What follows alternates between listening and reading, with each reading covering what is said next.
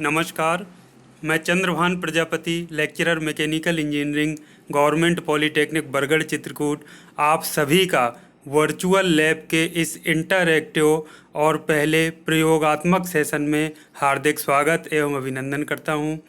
पिछला वीडियो जब मैंने वर्चुअल लैब पर बनाया था तो उसमें मैंने आपको बताया था कि वर्चुअल लैब क्या होती है, आज के समय में ये क्यों ज़रूरी हो गई है और विशेषकर ये जो पॉलीटेक्निक के छात्र छात्राएं हैं उनके लिए इसकी उपयोगिता क्यों बढ़ गई है। आज के समय में लॉकडाउन का समय चल रहा है और नॉर्मल समय में भी जब कोई संस्थानों के पास पर्याप्त मात्रा में संसाधन उपलब्ध नहीं है तो ये वर्चुअल लैब भारत सरकार का एक बहुत महत्वाकांक्षी प्रोजेक्ट है और भारत सरकार की शिक्षा मंत्रालय द्वारा इसको इम्प्लीमेंट इस समय किया जा रहा है और इसमें देश के आईआईटीज़, एनआईटीज़ और बड़े बड़े इंस्टीट्यूट इसमें प्रतिभाग कर रहे हैं, यूनिवर्सिटीज़ इसमें प्रतिभाग कर रही हैं। तो उसी के तारतम्य में आज मैं एक प्रैक्टिकल आप लोगों के लिए लेकर आया हूं कि वर्चुअल लैब में प्रैक्टिकल किस तरह से संपन्न किया जाता है, किस तरह से हम लर्निंग प्रोसेस उसमें करके सीख सकते हैं, बहुत सारी चीज़ें, कॉन्सेप्ट अपने क्लियर कर सकते हैं। तो आइए बिना देर किए शुरू करते हैं। सबसे पहले तो मैंने वेबसाइट खोल रखी है। आज का जो मेरा टॉपिक है वो लेथ मशीन, यानी जो सिंगल पॉइंट कटिंग टूल होता है। लेथ मशीन में कटाई औजार के रूप में सिंगल पॉइंट कटिंग टूल का यूज़ होता है। सारे मैकेनिकल के जो भी स्टूडेंट्स हैं वो जानते हैं। तो लेथ मशीन में जो प्रोसेस होती है उसको टर्निंग प्रोसेस कहते हैं, खरादन जिसको हम हिंदी में कहते हैं, अंग्रेजी में कहते हैं टर्निंग प्रोसेस। तो टर्निंग प्रोसेस में क्या होता है, जो जॉब होता है, वर्क पीस होता है या वर्क पीस कहें उसको, चक में जुड़ा होता है और वो रोटेट होता है, घूमता है और सिंगल पॉइंट कटिंग टूल को उसके अगेंस्ट ले जा करके चिप के रूप में धातु को रिमूव किया जाता है और उससे वांछित आकार और आकृति का उत्पाद तैयार किया जाता है। तो एज ए मैकेनिकल इंजीनियर मैंने इस पर भी बहुत सारी वीडियो बनाए हैं, स्पेशली जो second year, final year, first year के भी जो स्टूडेंट्स हैं उनको इस प्रयोग को अवश्य करना है। फाइनल ईयर को तो कंपलसरी है, सेकेंड ईयर को भी उसको कंपलसरी करना है, क्योंकि ये सारे जो पार्ट्स हैं जो सब्जेक्ट में हैं उनके ऑलरेडी लेथ मशीन और सभी तरीके की मशीनें, तो उनके लिए ये कंपलसरी है, वो ये प्रयोग ज़रूर करें। तो हम शुरुआत हमने खोल रखी है इसका। अगर आप एड्रेस देखें, ये वेबसाइट मैंने ऑलरेडी खोल रखी है, vlabs.iitb.ac.in। vlabs means virtual lab, IITB means IIT Bombay द्वारा ये इसको एक्सपेरिमेंट को कराया जा रहा है। तो इसका हम ये खुला हुआ है, IIT बॉम्बे का आप लोगो भी सामने देख पा रहे हैं। मशीन टूल्स इसमें लिखा हुआ भी है, जो इसका आपका जो कॉन्सेप्ट है वो मशीन टूल्स का है। तो मशीन टूल्स में आप देखिए, मशीन टूल्स ये यहाँ पर देखिए लिखा हुआ है। मशीन टूल्स का मतलब जो मशीनों में जो डिफरेंट मशीन्स होती हैं उनको सम्मिलित रूप से मशीन टूल्स कहा जाता है और उसमें जो कटाई के रूप में जो औजार प्रयोग किया जाता है उनको कटिंग टूल्स बोला जाता है। तो इसमें क्या क्या आपको करना है ये देखिए, ये सारे यहाँ पे आप बाएं साइड आप देखेंगे तो लिखा हुआ है, एक एक करके लाइन से लिखा है। सबसे पहले एम लिखा है, एम मतलब उद्देश्य लिखते हैं जब हम कोई प्रयोग करते हैं, हमारा उद्देश्य क्या है। थ्योरी, सिद्धांत क्या है लिखते हैं हम फाइल जब बनाते हैं। प्री टेस्ट मतलब ये शुरू करने से पहले पहले हमको चीज़ें, कुछ जानकारी होना चाहिए, नॉलेज है कि नहीं है, उसका एक टेस्ट होता है। प्रोसीजर मीन्स आपका सिस्टम, विधि क्या है, कैसे उसको परफॉर्म आप करेंगे। फिर सिमुलेशन, मैंने आपसे बताया था कि उसको एक्चुअल मशीन की तरह बना करके हम रन करते हैं, डिफरेंट उसमें करते हैं, ऑपरेशंस करते हैं कंप्यूटर में, या जो मैं अभी देख पा रहा हूँ मोबाइल में आप लोग देख रहे हैं मैं कर रहा हूँ। पोस्ट टेस्ट, जब सिमुलेशन करने के बाद एक पोस्ट टेस्ट उसके बाद होगा तो आप लोग कितना सीखे क्या है उसमें ये सारी चीज़ें पता चलेंगी। तो सबसे पहला हम देख लेते हैं जो आपका ये लाइफ एस्टिमेशन ऑफ, ये आपका एम क्या है, ये देखिए यहीं पर लिखा, life estimation of a single point cutting tool during turning process. यानी खरादन के दौरान जो सिंगल पॉइंट कटिंग टूल आपका होता है उसका जीवन काल ज्ञात करना, यानी उसकी लाइफ कितने मिनट वो काम करेगा या कितने घंटों उसकी लाइफ होगी, तो इस तरह से उसकी लाइफ निकालना। तो ये एम देखिए यहाँ पे लिखा हुआ है, ये आपके सामने एम लिखा है। एम में क्या लिखा है, this experiment aims at estimating the cutting tool life and study the effect of various machining parameters like cutting speed, tool material and workpiece material on tool life in turning process। तो ये क्या कह रहा है, इस experiment का जो प्रयोग का उद्देश्य है वो कटिंग टूल की जो लाइफ है या जीवन काल है उसको ज्ञात करना और जो विभिन्न पैरामीटर्स होते हैं मशीनिंग के दौरान, जैसे कटिंग स्पीड कम ज़्यादा होनी चाहिए, उससे टूल लाइफ पर क्या प्रभाव पड़ेगा, टूल मटेरियल है उसका टूल लाइफ पे क्या प्रभाव पड़ेगा, वर्क पीस का जो मटेरियल है उसका टूल लाइफ पर क्या प्रभाव पड़ेगा, तो इन सब का भी अध्ययन आपको इसमें करना है। तो अब सिस्टमेटिक तरीके से हम चलते जाएंगे और देखते जाएंगे क्या है। एम के बाद क्या है, देखिए यहाँ पे लिखा है थ्योरी, तो इस पर क्लिक कर देंगे तो थ्योरी देखिए खुल के आ गई। तो इसमें थ्योरी में क्या लिखा है, थ्योरी में सारा चीज़ आपको बताया गया है कि कटिंग टूल क्या होता है, varieties of cutting tool available हैं, उनकी कटिंग टूल की कौन कौन सी प्रॉपर्टी होना चाहिए, हाई मैकेनिकल स्ट्रेंथ होना चाहिए, अब्रेजन रेजिस्टेंस हाई होना चाहिए, हॉट हार्डनेस हाई होना चाहिए, केमिकल स्टेबिलिटी हाई होना चाहिए, सारा लिखा है। मटेरियल कौन कौन से कटिंग टूल के आज के समय यूज होते हैं, हाई कार्बन स्टील का प्रयोग किया जाता है, हाई कार्बन स्टील की जगह आजकल हाई स्पीड स्टील ज़्यादा प्रयोग किया जा रहा है, उसी का एक वैरायटी है। कार्बाइड टूल्स का प्रयोग होता है, टूल लाइफ क्या होती है, ये सारा चीज़ देखिए इसमें समझाया गया है। और ये टेलर्स टूल लाइफ इक्वेशन, ये बड़ी इंपॉर्टेंट है, ये आपको ध्यान रखना है। टेलर एक साइंटिस्ट का नाम था, उन्होंने क्या किया था, ये जो कटिंग टूल होता है उसकी लाइफ यानी जीवन काल ज्ञात करने के लिए एक समीकरण दिया था जिसको टेलर्स टूल लाइफ इक्वेशन के नाम से जाना जाता है। वो इसका सीधा सूत्र होता है V/T⁴ equals to C। V यहाँ पर क्या है, कटिंग स्पीड है मीटर पर मिनट में, V क्या है, वेलोसिटी जिसको हम कहते हैं या स्पीड कह सकते हैं, तो V कटिंग स्पीड है मीटर प्रति मिनट में। टी क्या है आपका, टूल लाइफ है, ये मिनट में आती है कैलकुलेशन करने पर। एन क्या है, एक्सपोनेंट है, that depends on tool material. Tool का जो मटेरियल है अभी आपको ऊपर बताया, high carbon steel, high speed steel, carbide, टू कोई भी मटेरियल यूज किया जा सकता है। तो एन का मान उस पर निर्भर करता है कि आपने कौन सा मटेरियल सेलेक्ट किया है। उसके बाद सी आपका मशीनिंग कांस्टेंट है। सी क्या है, कांस्टेंट यानी नियतांक है, ये एक्सपेरिमेंट के द्वारा इसको वैल्यू को फाइंड किया जाता है। तो हमें कहाँ से मिलेगा, जो डेटा बुक होती हैं उसमें ऑलरेडी पब्लिश्ड मिलेगा।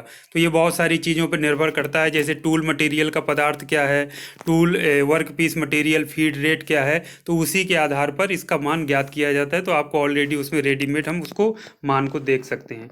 ये देखिए डिफरेंट पदार्थों के लिए टूल लाइफ को इसमें और टूल कटिंग स्पीड के आधार पर इसमें ग्राफ प्लॉट किए गए हैं। तो ये सारा क्या है आपका, ये पूरा बहुत सारी चीज़ें कि कौन कौन से पैरामीटर्स हैं जो टूल लाइफ को इफ़ेक्ट करते हैं या प्रभावित करते हैं, जैसे cutting conditions, cutting speed, feed, depth of cut क्या है, tool geometry, tool material, work material, cutting fluid, vibration behaviour of the machine, tool work system, built up edge, ये सारी चीज़ें क्या हैं जो टूल लाइफ को प्रभावित करती हैं, ये सारे जो पैरामीटर्स मैंने आपको बताए। तो ये पूरा सिद्धांत लिखा गया है, बताया गया, जैसे आप फाइल में लिखते हैं। अब प्री टेस्ट की बात कर लेते हैं। प्री टेस्ट मतलब एक्चुअल जो प्रयोग है उसको करने से पहले कुछ बेसिक चीज़ें हमको नॉलेज होना चाहिए, तो उसके बारे में, जैसे लेथ मशीन के बारे में कुछ प्रश्न है तो उनका आइए देखते हैं क्या प्रश्न है, उनके क्या उत्तर हैं। तो पहला प्रश्न कह रहा है, the following part of the lathe serves as housing for the driving pulleys and back gear. ये कह रहा है निम्नलिखित में से कौन सा ऐसा है जो ड्राइविंग पुलिस यानी पुलिस वगैरह के लिए ड्राइव सिस्टम जहाँ लगा होता है और गियर्स लगे होते हैं, हाउसिंग का यानी घर का कार्य करता है, जहाँ पर ये सारी चीज़ें स्थित होती हैं। तो कहाँ पर स्थित होती हैं, आपने लेथ के बारे में पढ़ा है तो पता होगा, हेड स्टॉक में होता है कि टेल स्टॉक में कि बेड में कि कैरेज में। सिंपल है, ये हेड स्टॉक में होता है। हेड स्टॉक में क्या होता है, आपके सारे के सारे ड्राइविंग पुलिस बैक गियर्स ये सारे होते हैं। अब दूसरे प्रश्न में आ जाते हैं, what type of surfaces can be generated by using turning operation. Turning operation के द्वारा किस तरीके की सतहों को हम जनरेट कर सकते हैं या उनको कार्य कर सकते हैं, उत्पाद बना सकते हैं। पहला सिलिंड्रिकल, फ्लैट, तीसरा कोनिकल, चौथा बोथ सिलिंड्रिकल एंड कोनिकल। तो इसमें जो एक्सिस सिमेट्रिकल पार्ट होते हैं उन्हीं का इसमें मशीनिंग किया जा सकता है टर्निंग ऑपरेशन में। तो सिलिंड्रिकल और कोनिकल दोनों कर सकते हैं मेरे ख्याल से, तो हमने इसको सेलेक्ट कर लिया। तीसरा है, which of the following will result in decrease in the tool life. निम्नलिखित में से कौन सा टूल लाइफ को डिक्रीज करेगा, will result in decrease the tool life. हाँ, कौन सा इसमें नीचे में से पैरामीटर है जो टूल लाइफ को डिक्रीज करेगा। तो एक जो समीकरण टेलर्स आपको बताया तो VT⁴ बराबर C था उसमें, तो V आपका क्या है, कटिंग स्पीड, तो ये T आपका टूल लाइफ है, तो अगर हम V को इधर ले जाएं तो C के नीचे आ जाएगा C/V। तो अगर स्पीड को हम बढ़ाएं, कटिंग स्पीड को, तो टूल लाइफ घट जाएगी। तो ये तीसरा वाला ऑप्शन सही है मेरे ख्याल से। इंक्रीज इन स्पीड से क्या होगा, टूल लाइफ डिक्रीज होगी, घटेगी। चौथा, in which of the following process material is not removed. निम्नलिखित 4 प्रोसेस दी गई हैं, 4 ऑप्शन है आपके पास, किसमें कह रहा है कि मटेरियल को नहीं रिमूव किया जाता है या नहीं काटा जाता है। पहला टर्निंग, टर्निंग में तो बेटा छीलन के रूप में निकाला जाता है। ड्राइंग, ड्राइंग में नहीं निकाला जाता है। फेसिंग में भी निकाला जाता है। ड्रिलिंग में भी यही होता है, चिप के रूप में धातु रिमूव होती है। तो ड्राइंग हमारा सही ऑप्शन है, इसको हम कर देते हैं। पांचवा है, tool life can be measured by number of pieces machined between tool sharpening. Tool को धार देने के बीच में जो नंबर ऑफ पीसेस मशीन्ड किए गए उन पर, टोटल लेंथ इन कट, जो कट की लेंथ थी वो, या तीसरा volume of material removed from between tool sharpening. Tool sharpening मतलब टूल को धार देने के बीच में जो वॉल्यूम ऑफ मटेरियल रिमूव किया गया, या चौथा ऑल ऑफ द मेंशन्ड। तो टूल लाइफ मुझे लगता है इन सभी पर निर्भर करता है, तो हम ऑल ऑफ द मेंशन्ड कर देते हैं और अपने आप को यहाँ इवैल्यूट पे क्लिक करेंगे, मतलब मूल्यांकन करिए हमारे सही है कि आंसर नहीं है। इवैल्यूट किया तो पहला सही, दूसरा सही, तीसरा सही, चौथा सही, पांचवा सही, पांचों करेक्ट हैं। इसका मतलब हमारे बेसिक आप हमारे स्ट्रांग है, हमको पता है कि हम क्या करने जा रहे हैं। Very good. तो इसी तारतम्य में प्री टेस्ट हो गया। अब प्रोसीजर देख लेते हैं। प्रोसीजर में सारा चीज़ आता है कि आपको क्या क्या प्रोसीजर मतलब कैसे करना है, उसको प्रयोग को कैसे आपको संपन्न कराना है, ये सारा चीज़ उसमें आता है। तो आप देखेंगे जब इसको स्क्रॉल डाउन करेंगे नीचे स्क्रीन को, तो सारा चीज़ उसमें आपका लिखा हुआ है। देखिए ये पूरा लिखा है, तो इसको हम बहुत डिटेल में नहीं पढ़ेंगे, नहीं वीडियो हमारा लंबा हो जाएगा, लेकिन आप जब आप उसको करिएगा तो आप डिटेल में पढ़िएगा उसको ज़रूर। अब हम सिमुलेशन पार्ट की बात कर लेते हैं। तो सिमुलेशन हमारा, जब हम इस पर क्लिक किया तो देखिए यहाँ पे लिखा है क्लिक फॉर सिमुलेशन। ये देखिए, ये क्लिक फॉर सिमुलेशन। तो हमको क्या कर देना है, यहीं पर क्लिक कर देना है सिमुलेशन के लिए। तो ये देखिए क्लिक, तो ऊपर सबसे पहले क्या देखिए लिखे, identify the lathe machine from the following. तो कह रहा है निम्नलिखित में से लेथ मशीन को पहचानिए। तो 1 2 3 4 आपके सामने दी गई हैं। तो आप देखिए ये लेथ मशीन नहीं है, ये लेथ मशीन नहीं, ये लेथ नहीं, आपकी ये लेथ है। सेलेक्ट कर दिया, टिक किया, आइडेंटिफाई, तो लेथ मशीन खुल कर आ गई। इसका मतलब सही है। यदि आप किसी और को करते तो वो गलत बताता, वो कहता है आपने रॉन्ग मशीन सेलेक्ट की है। आप करके एक बार जरूर देखिएगा, जितनी बार आप करना चाहें करिएगा। अब वो कह रहा है लेथ मशीन जब आ गई खुल के, तो कह रहा है identify the parts of lathe machine. Lathe machine के पार्ट्स को आइडेंटिफाई करिए, यानी पहचानिए। तो ये राइट साइड में ये आप देखिए, यहाँ पर ये पूरे के पूरे ये आपके पार्ट्स डिफरेंट दिए गए हैं। तो इनमें से यही पार्ट्स आपको इसमें मशीन में पहचान के बताना है। तो कैसे करना है, जैसे पहला हेड स्टॉक है, तो हेड स्टॉक में क्लिक करिए, फिर जो भी हेड स्टॉक है उस पर क्लिक कर दीजिए। तो वो अगर सही आपने बताया होगा तो उसके ऊपर नाम लिख जाएगा, गलत बताए होंगे तो वो कहेगा फिर से ट्राई करिए। तो ट्राई करते हैं। हेड स्टॉक को हमने टिक किया, फिर हमने यहाँ पर, तो ये हेड स्टॉक था तो हेड स्टॉक लिख के आ गया। फिर कह रहा है टेल स्टॉक, टेल स्टॉक पे क्लिक किया, ये किया। ये कह रहा है try again select tell stock. Tell stock यानी आपने सही सेलेक्ट नहीं किया है, तो इसको किया, ये देखिए टेल स्टॉक लग गया। इसका मतलब हमने सही सेलेक्ट किया। अब कह रहा है क्या है, बेड हमने सेलेक्ट किया, इस पर कर दिया, बेड लग गया। ये बेड होता है, आप जानते हैं। कैरेज क्या होता है, कैरेज पे गए, इस पर क्लिक कर दिया, कैरेज लग गया। इसका मतलब कैरेज सही है। लीड स्क्रू क्या होता है, देखिए लीड स्क्रू ये है, गलत हमने, अगर फिंगर सही नहीं जाएगी तो वो गलत हो जाएगा। ये देखिए ये लीड स्क्रू, अभी लीड स्क्रू को क्लिक किया और ये अभी सेलेक्ट नहीं हो पा रहा है, इसको ठीक से आपको करना पड़ेगा। ये लीड स्क्रू आपका ये है, ये देखिए लग गया लीड स्क्रू। ये जो आपको स्क्रू दिख रही है साफ टाइप की, ये है लीड स्क्रू। उसके बाद टूल पोस्ट सेलेक्ट किया, टूल पोस्ट आपका ये है जिस पर टूल लगाया जाता है, तो इस पर हम टूल फिट करेंगे, तो ये टूल पोस्ट है। स्पिंडल आपका क्या है, जो घूमता है, ये यहाँ चक लगा होता है, तो ये स्पिंडल को सेलेक्ट करके यहाँ पर किया, ये स्पिंडल है आपका, ठीक है। स्पिंडल है जो घूमता है, इस पर चक लगा हुआ है। उसके बाद लेग कहाँ है, ये लेथ मशीन की लेग है। तो देखिए ये सारा आपके सामने पूरा आपने तैयार कर लिया कि लेथ मशीन के सारे पार्ट्स आप पहचानते हैं। आपको पता है कि वर्क पीस कहाँ लगेगा, आपको पता है कि टूल कहाँ पर लगेगा, टूल पोस्ट में हेड स्टॉक कहाँ है, टेल स्टॉक कहाँ है, बेड कहाँ है, लेग कहाँ है, लीड स्क्रू कहाँ है, कैरेज कहाँ है, सारा आपने देखिए पहचान कर बिल्कुल सही सही बता दिया। तो अब इसमें यहाँ देखिए बना हुआ है नेक्स्ट, तो नेक्स्ट पर क्लिक कर दिया। अब वो कुछ सवाल पूछ रहा है, आपको इनके जवाब देने पड़ेंगे। पहला क्या है, which of the following is not a part of carriage in centre lathe. कह रहा है कि निम्नलिखित में से कौन सा कैरेज का पार्ट नहीं है, tool post, apron, compound rest या गियर बॉक्स कंट्रोल। आपको पता है कि ये tool post, apron, compound rest ये सभी कैरेज के पार्ट हैं, गियर बॉक्स कंट्रोल नहीं है। ये किसका पार्ट है, ये हेड स्टॉक का। तो ये करेक्ट बता दिया। नेक्स्ट पूछ रहा है, नेक्स्ट क्लिक कर दिया। फिर वो पूछ रहा है कि तीन मटेरियल दिए हैं, कह रहे हैं कि select the tool and locate it on the lathe machine. कह रहे हैं इनमें से टूल जो मटेरियल चाहिए, तीन टूल दिए हैं, एक हाई कार्बन स्टील का, एक HSS मतलब हाई स्पीड स्टील, और एक कार्बाइड का। तो एक टूल सेलेक्ट कर लीजिए वो कह रहे हैं। तो हम HSS यानी हाई स्पीड स्टील को सेलेक्ट किया, और वो कह रहा है लोकेट करो लेथ मशीन में इस टूल को, कटिंग टूल को कहाँ आप लगाओगे, तो टूल पोस्ट में लगाएंगे। तो ये देखिए टूल पोस्ट में लगा दिए। ये देखिए येलो कलर का ये दिख रहा है, ये आपका कटिंग टूल लग गया। किस मटेरियल का बना है आपने सेलेक्ट किया, HSS यानी कि हाई स्पीड स्टील का बना है। ये आप नेक्स्ट यहाँ पे मांग रहा है, नेक्स्ट कर दीजिए। फिर पूछ रहा है which one is the hardest tool material. तो HSS मतलब हाई स्पीड स्टील, दूसरा कार्बाइड सीमेंटेड कार्बाइड, और सबसे चौथा है आपका CBN। तो सबसे जो हार्डेस्ट मटेरियल होता है इस समय कटिंग टूल के रूप में वो CBN होता है। करेक्ट बता रहा है आंसर। हम नेक्स्ट कर देते हैं। अभी आ गया। अब ये क्या करे, select the work piece material and locate it on the lathe machine. तो वो कह रहा है वर्क पीस मटेरियल सेलेक्ट के लिए, वर्क पीस मतलब कारखंड किस मटेरियल का बना होगा, इसको आपको सेलेक्ट करना है, और इसको क्या कर देना है, कहाँ पर लगाएंगे उसको लोकेट कर देना है। तो देख लीजिए कास्ट आयरन, स्टील जो भी आप लेना चाहें तो ये ले लेते हैं। तो जो वर्क पीस यानी कारखंड था वो हमने किस मटेरियल का लिया, स्टील का।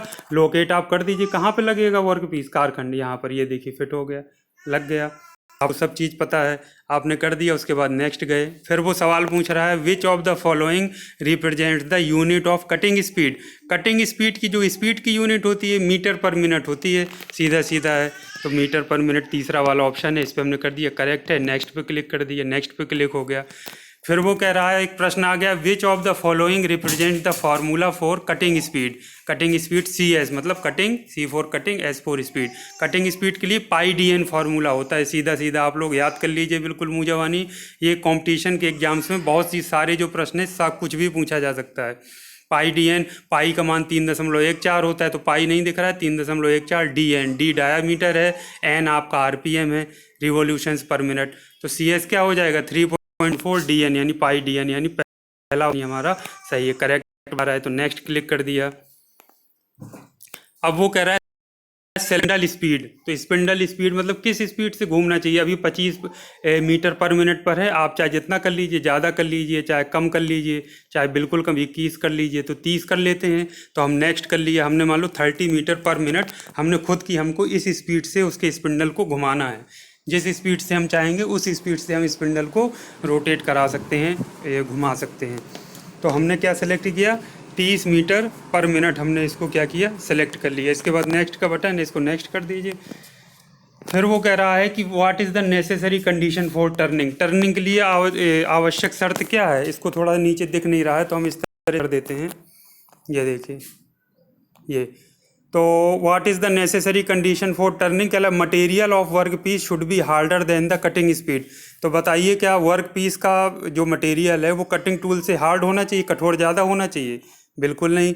दूसरा है cutting tool should be harder than the material of the work piece. Cutting tool जो है वो जो वर्क पीस का मटेरियल है उससे हार्ड होना चाहिए, बिल्कुल सही है, तभी तो वो कटाई करेगा, नहीं कटाई नहीं करेगा। तो हमको बाकी से तीसरा hardness of cutting tool and work piece should be same, ये भी नहीं होना चाहिए। तो हमेशा कटिंग टूल का जो मटेरियल है वो वर्क पीस के मटेरियल से हमेशा हार्ड या ज़्यादा कठोर होना चाहिए, तभी कटाई होगी। ये कॉन्सेप्ट आप माइंड में बैठा लीजिए। तो इसको नेक्स्ट कर देते हैं। फिर वो कह रहा है which of the following represent Taylor's tool life equation. तो पहला वाला बताया था सबसे पहले, VT की पावर N = C यानी कांस्टेंट, करेक्ट है। नेक्स्ट किया, ये खुल गया। तो अब वो कह रहा है एज पर योर सिलेक्शन, आपने कटिंग स्पीड सेलेक्ट की थी 30 मीटर प्रति मिनट, हमने लिया था। टूल लाइफ एक्सपोनेंट का उसने दे दिया उदाहरण 0.08, और मशीनिंग कांस्टेंट C का मान दे दिया 79।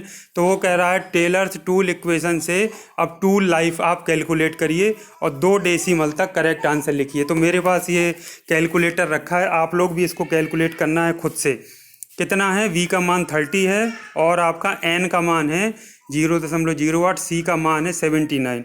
तो मैं इसको कर लेता हूँ, देखता हूँ सही आंसर आता है कि नहीं। 9 डिवाइडेड बाई 30 इक्वल्स टू, अब इसमें पावर तो 1/n, N का मान इसमें दिया 0.008, इसको किया इक्वल्स टू, ये आया मेरा 180435.90। तो इसमें मैं लिख देता हूँ, देखते हैं सही आया है कि नहीं। तो 180435.90। 2 डेसिमल तक लिखना था तो हमने लिख दिया। अब चेक करते हैं, चेक आंसर। कह रहा है आंसर बिल्कुल सही है। तो आप लोग भी इसको कैलकुलेट करिएगा, देखिएगा अलग अलग वैल्यू वो चेंज कर देता है, एन और सी का मान चेंज कर देता है। बी तो हमने सेलेक्ट किया था, एन और जो सी के मान है वो आपसे बताया था कि एन ये टूल मटेरियल जो होता है उस पर डिपेंड करता है, सी जो आपका है तो वर्क पीस के मटेरियल और डिफरेंट कंडीशंस होती हैं उन पर डिपेंड करता है। तो फिर हम नेक्स्ट कर देते हैं इसको, फिर से थोड़ा हम कर लेते हैं।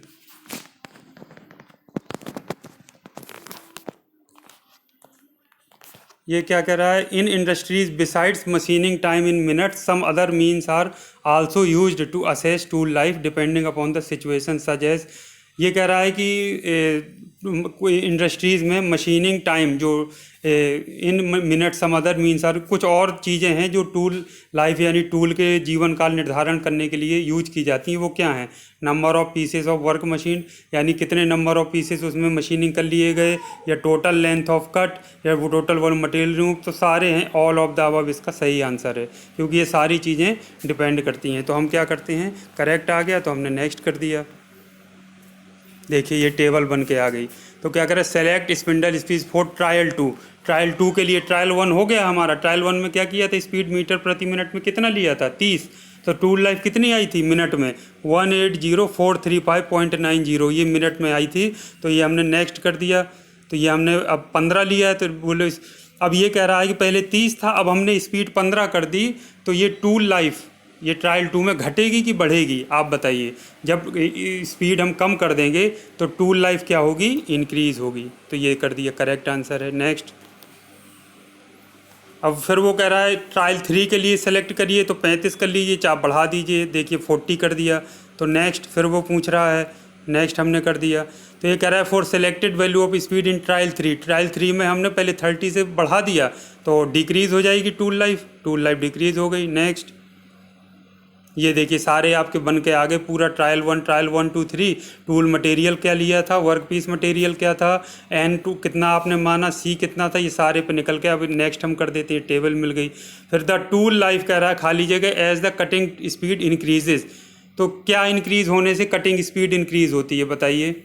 द टूल लाइफ खाली जगह as the cutting speed increases. तो कटिंग स्पीड जब इंक्रीज होती है तो टूल लाइफ डिक्रीज होती है, यानी सेकंड वाला ऑप्शन है करेक्ट है। नेक्स्ट। अब ये कह रहे हैं tool life is said to be over if इसे मतलब ये कहते हैं टूल लाइफ जो टूल है उसकी लाइफ ख़त्म हो गई यदि a poor surface is obtained, यानी सतह खराब होने लगी। Sudden increase in power and cutting force with chattering takes place, यदि अचानक पावर में और कटिंग फोर्स में बढ़ोतरी हो जाती है और वो जो तो आवाज़ आने लगे। तीसरा है over heating and fuming due to friction start, friction के कारण ओवर हीटिंग होने लगे। ये ऑल ऑफ द, तो सभी के कारण भी वही हो सकता है। ऊपर जितने सारे कारण सही हैं। तो नेक्स्ट कर देते हैं। अब देखिए लिख कर आ गया, हमने सारे एक्सपेरिमेंट सही किया तो congratulations you have done it, आपने कर लिया है। Now you can plot the graph करें। अब आप ग्राफ को प्लॉट कर सकते हैं। तो यहाँ पर प्लॉट ग्राफ है, कर दिया। अब देखिए ग्राफ बता रहा है वाई एक्सेस में कटिंग स्पीड है मीटर प्रति मिनट में, और यहाँ पे एक्स एक्सेस में टूल लाइफ मिनट में दी गई है। तो कटिंग स्पीड जब बहुत ज़्यादा थी 45, तो टूल लाइफ देखिए कम थी यहाँ पर, है कि नहीं है। तो यहाँ पे देखिए और जैसे जैसे क्या होगी कटिंग स्पीड कम करते जाएंगे यहाँ, तो देखिए ये टूल लाइफ बढ़ती जा रही है। यहाँ पर देखिए ग्राफ आ गया, तो ये टूल लाइफ बढ़ रही है, कटिंग स्पीड बढ़ रही है। तो कटिंग स्पीड ज़्यादा करेंगे तो टूल लाइफ कम होगी, यानी कटिंग स्पीड कम रखने से टूल की लाइफ ज़्यादा होती है। तो ये आपने देखा, ये हमारा प्रयोग था आज का। तो आपको प्रयोग कैसा लगा मुझे फीडबैक दे करके ज़रूर बताइएगा। आपको मेरा वीडियो अच्छा लगा हो तो चैनल को लाइक और सब्सक्राइब करना मत भूलिएगा। मैं इसी तरीके की वीडियोस आपके लिए और लाता रहूँगा। ये हमारी शुरुआत है, ये एक्चुअल पहला मेरा इंट्रोडक्शन था वर्चुअल लैब का, दूसरा ये मैंने एक्सपेरिमेंट आपको करके दिखाया, तीसरे में फिर किसी तरह का एक्सपेरिमेंट लेकर मैं आऊँगा। और ये आप सभी लोगों को इसको करके देखना है खुद से, और वर्चुअल लैब को हमको अपने जीवन में, स्पेशली पॉलीटेक्निक के जो स्टूडेंट्स हैं उनके जीवन में उतारना है। वो प्रैक्टिकल करके किस तरह से सीख सकते हैं, स्वयं को अपना दक्ष बना सकते हैं, अपने अंदर कौशल विकसित कर सकते हैं, यही मेरा मकसद है। इस वीडियो को ज़्यादा से ज़्यादा स्टूडेंट्स के पास आप शेयर करिए, जिनको भी आप जानते हैं, ताकि वो भी एक्सपेरिमेंट करें ऑनलाइन और अपना जो भी ज्ञान अर्जित वो कर सकते हैं वो करें। भले ही हमारे पास संसाधन हो ना हो, हम ऑनलाइन भी प्रैक्टिकल करके नॉलेज गेन कर सकते हैं। तो आज के लिए इतना काफ़ी है। Thank you very much. Next video में फिर मिलते हैं।